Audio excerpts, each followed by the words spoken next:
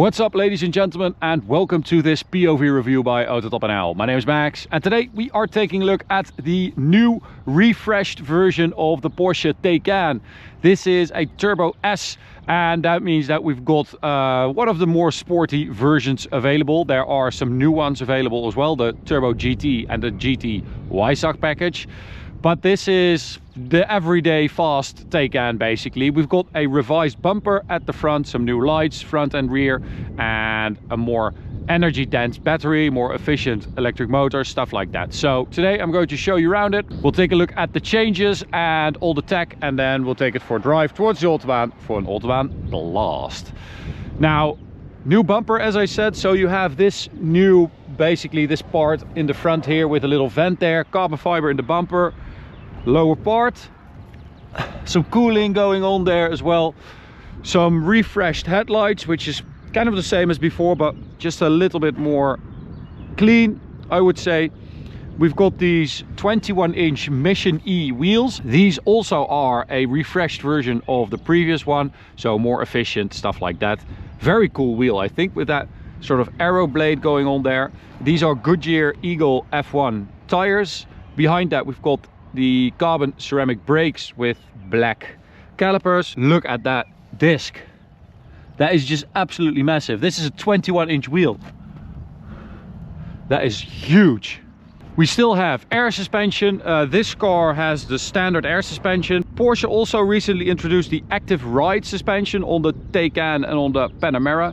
We're going to drive it on the Panamera soon, hopefully. This car has the standard air suspension, but basically what it does is it can control every wheel separately. It can extend or retract a wheel, so in a pothole it extends, and on a bump it lifts the wheel up. It can keep the car level, it can lean into corners or keep it flat under braking, stuff like that. So it is super smart, and I hope that we will get to drive it soon. Charging wise, we still have the charge port right there. Swipe it.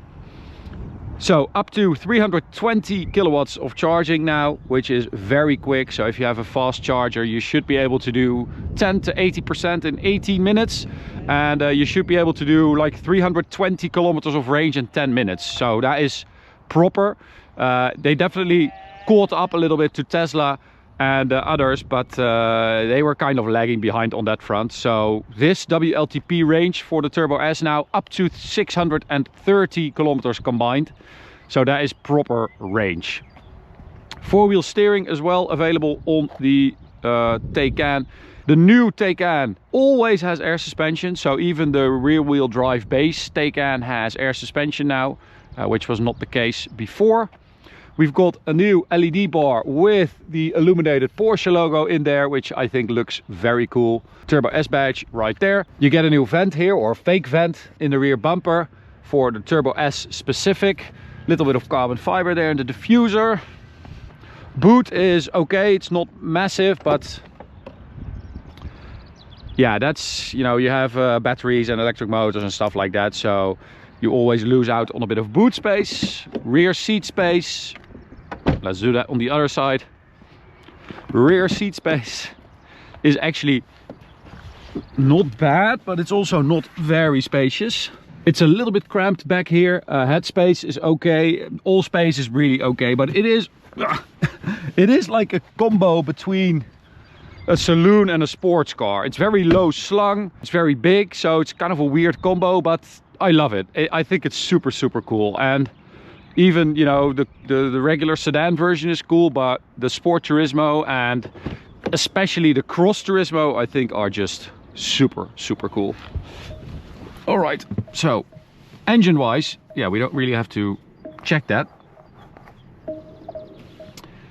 I can tell you that the new Turbo S has 952 horsepower in overboost and 1110 newton meters of torque, which is outrageous. That is in overboost, so that means in launch control, maybe also in this push to pass mode. I'm going to test that on the Autobahn later. I didn't check that out. Maybe that also gives you full power, but I'll install a Draggy during the review and we can check that out as well. But normally it's only in launch control. The rest of the time you have 775 horsepower, which is more than enough. This car also has a passenger display. Look at that. You can't see it from here. I can't see that. It's all black to me. And then if I go here, you can see it. So yeah. I think I said this before. Why would you have another one here? You have it like it's like 10 centimeters. But anyway, yeah, interior wise, I don't think a lot has been updated. This car does have the optional sunshine control, which means that you can hit this button right here, and then you have 4 modes. So this is clear, as you can see, and then you've got matte, and then you've got semi-clear, and you've got semi-matte, which is pretty freaking cool. I love that, and it works super quickly. And you can also use this slider to kind of do it one by one. As you can see, turns opaque. Yeah, very nice, cool option. Other than that, yeah, no real changes. We've got a lovely Alcantara steering wheel with carbon fiber there. Driving mode selector. Driving position is great, nice and low. Steering wheel extended. So it just feels like a sports car basically most of the time, which is great. It does weigh north of 2,300 kilos, but most of the time you wouldn't really say that. You wouldn't give it 2,300 plus kilos because it copes with it so well. That's mainly down to the incredible chassis and suspension setup that this car has. The air suspension is just magic. I think I say this in every Taycan review, but it's just the truth. It's so good. Oh. So we're in Sport Plus mode right now. Let's do a launch control.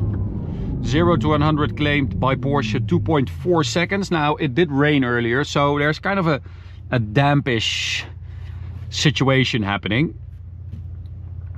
But still, I managed to do 2.4 seconds. 72% charge. Yeah, it kind of struggles there all the way to like 60-70 kilometers an hour.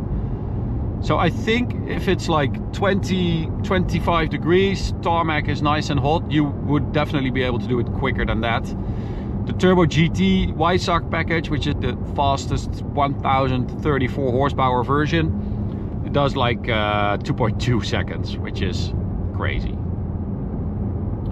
So on a B road, the suspension in Sport Plus, we've got it in the deepest setting now, so the lowest setting. And it's just very nice. I mean, this is the thing that sets the Taycan apart from all the other EVs that are also fast. This actually feels like, you know, a proper car. It handles well, it has great controls, everything is very sensitive and well judged, and even the brake pedal feel is really good, even though almost all of the time you're not even using those massive ceramics. It's just using regeneration to charge up the battery. So it's been set up really well. Of course, the issue is this thing is so freaking fast that when you put your foot down, oh man, it just, on a B road, it just takes off and you're like, oh my God! You just have to hang on and then look at the speedo and you're like, oh crap. So yeah, sound check. Does produce a little sound. You can turn it on and off here, electric sport sound. And also when you hit the push to pass button, I think the sound is louder and you get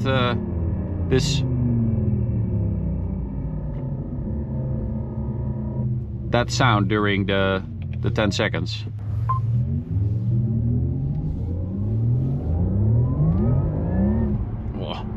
You also have a dual motor, of course, a Turbo S, one at the front, one at the rear. You've got 2 gearboxes basically, one speed at the front and a 2-speed gearbox at the rear. So you can actually feel that gear shift sometimes, and it's there to keep the rear motor at optimum RPM at higher speeds. So that's another way this car sets itself apart from other EVs. It actually keeps going. The power delivery doesn't like trail off at speed, it just keeps going, which is great. It also has 800 volt architecture, which means you can extract and regenerate power, electric power, much more often, harder, faster.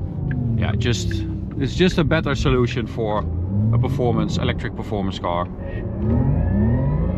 Oh, it does feel more powerful in that push to pass mode, so we're definitely going to check that out. But before we hit the Autobahn, let me show you petrol vibes. These things, you've seen them before on our channel. We absolutely love them. We've got them here in the workshop. We've got them in the sim room upstairs as well. This is the Ford GT. As you can see, we have it against this wooden wall now, so you have a different effect compared to the wall upstairs. But these things are amazing. The design is great. They are laser cut from steel, and you can have a custom design of your own car as well, which is mega. They also now have different versions available. So they have a neon one, which is backlit, looks super cool. They have a standing one, which is a bit smaller for your desk or something like that. They also have a frame with different angles, and for some cars they also have a front or rear angle or a top angle available. But go check out petrolvibes.com for all the different versions. Again, you can make one of your own car as well. Just send in a pic and they will make a design of your specific car with your accessories. Looks super cool. And use code AUTOTOPNL10 for a 10% discount. Enjoy the video. All right, so the draggy fell off there. I hope it will stay there for one run. I did 5 seconds, 100 to 200. You can hear the gear shift there. Now, I do have to say that, you know, the charge is lower than before. So we're at 68 now, and it was at 90 when I was doing the tests earlier. But that was a 5.6, which I do think that is quicker than I did before without the push to pass button. So let me just do that one more time. This is a bit better location, really. So from like 90 kilometers an hour. Whoa, it just takes off. It is seriously impressive.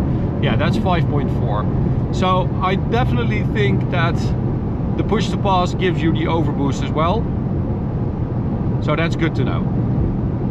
But I did 5 seconds dead earlier, which is just mental. I also did a 9.8 second quarter mile.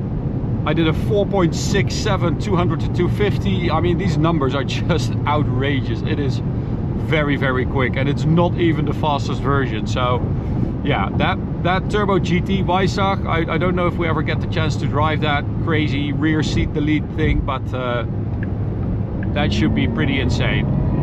All right, push the pass, hit that, and we can just floor it here. Top speed 260. There it is. 268. Look at that distance. Look at the distance in which we just did that. That was nuts. Absolutely nuts. So again, you can do this multiple times. It's still performing really well, even with 65% battery. That's the great thing about this car.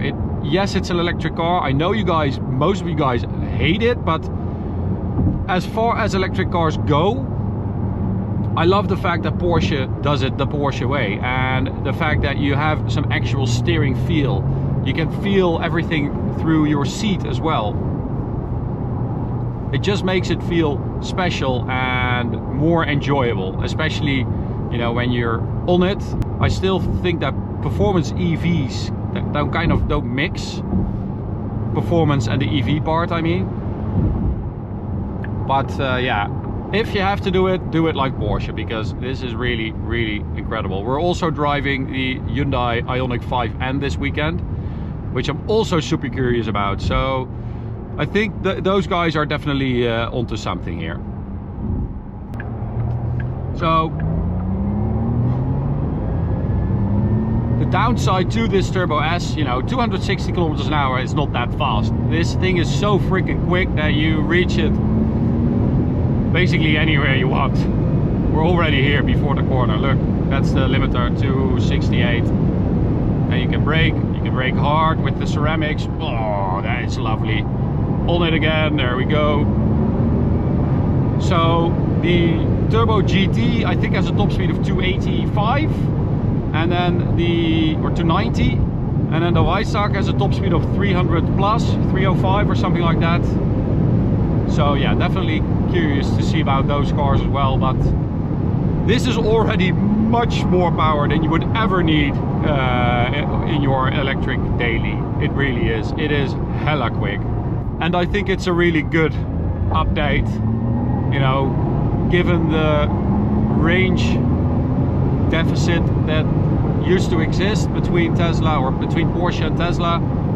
This now offering proper range, it's going to be good for the Taycan, because residuals, you know, second-hand values of Taycans has been plummeting, and I think that's also because, yeah, a lot of people don't really have a use for an EV with a range of 400 kilometers. So they needed to step it up, and they did, which is great news. I still think it's super handsome. It drives really well. It's quick. You can do it a lot. It's not overheating. It's still delivering the power. Yeah, it's a really good car. So thanks for watching. I hope you enjoyed it. We're back at the border, so fun is over.